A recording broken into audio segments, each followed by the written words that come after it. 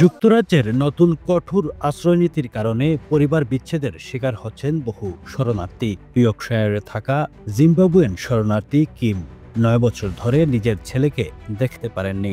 নতুন নিয়মে শরণার্থীরা পরিবারের স্বয়ংক্রিয়ভাবে যুক্তরাজ্যে যুক্ত হওয়ার অধিকার হারাচ্ছেন। কিম বলেন, আমি শুধু আমার সন্তানকে দেখতে চাই, কিন্তু জানি না কখন সেটি সম্ভব হবে। হোম অফিস জানিয়েছে পরিবারের পুনর্মিলন সীমিত করা হয়েছে স্থানীয় কর্তৃপক্ষের চাপ কমানোর জন্য। মানবাধিকার কর্মীরা বলেন, নতুন নীতি মানবিক সংকটকে আরও বাড়াবে।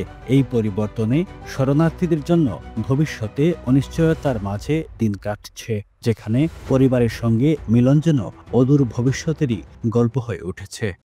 বাংলাদেশের টাটকা সবজি, ভেন্ডি, করলা, কচুলতি, শিম বিচি, জলপাই সহ নানা পদের সবজি। দেশীয় সবজির স্বাদ উপভোগ করুন। ইফকো ব্র্যান্ডের সঙ্গেই থাকুন।